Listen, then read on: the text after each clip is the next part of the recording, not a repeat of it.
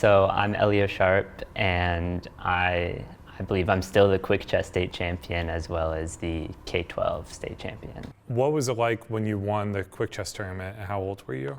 So that was my sophomore year of high school, so I was probably 15, and that was probably my biggest accomplishment of my life, to be honest. My heart was beating out of my chest. I was kind of delirious for the 5 minutes after I won that. It was amazing. And what do you remember any of the games? I remember I lost to Renee in the second round, and I was sad after that because I thought my chances were completely done. I had definitely blundered sillily, I don't know. But then he dropped out of the tournament, and I just kept winning. After that, I was kind of in a really good flow, and the last game I played, I don't remember his name, but he was somebody from like Baton Rouge. He was pretty strong, and he just played a boring Nimzowitsch Larsen and didn't really do anything. And so that was kind of anticlimactic, but it was awesome. So most of the money I've won is safe in my bank account. I don't usually spend too much money, but I have put most of it into clothing. I have a bunch of random pairs of jeans and unfortunately expensive jackets that are probably not too useful. But now everything's going into college. So that's where most of my savings are going to be. So I remember I first came to the Downriver Chess Club like 2 weeks before the COVID lockdown happened. And so I think I was there one time in person. I did pretty poorly. I was about 1,400.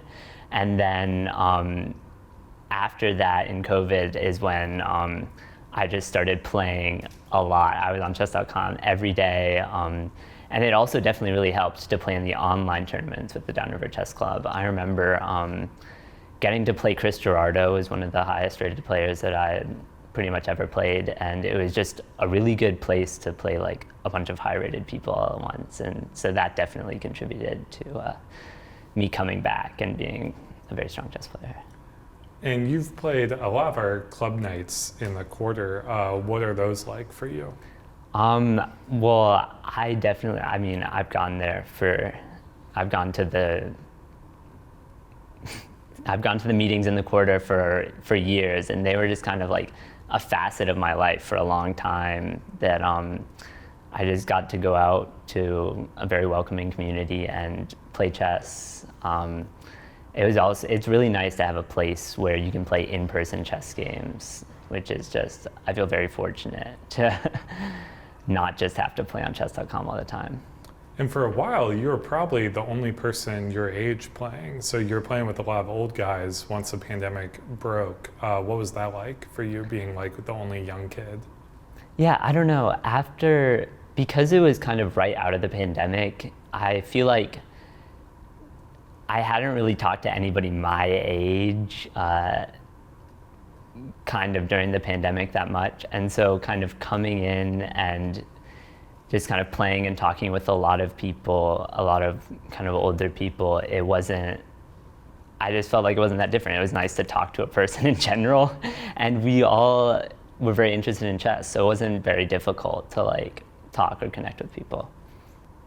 I've definitely considered and tried to make plans to travel to go play chess tournaments in like Nashville and St. Louis, but I feel like multiple times my kind of plans have been derailed.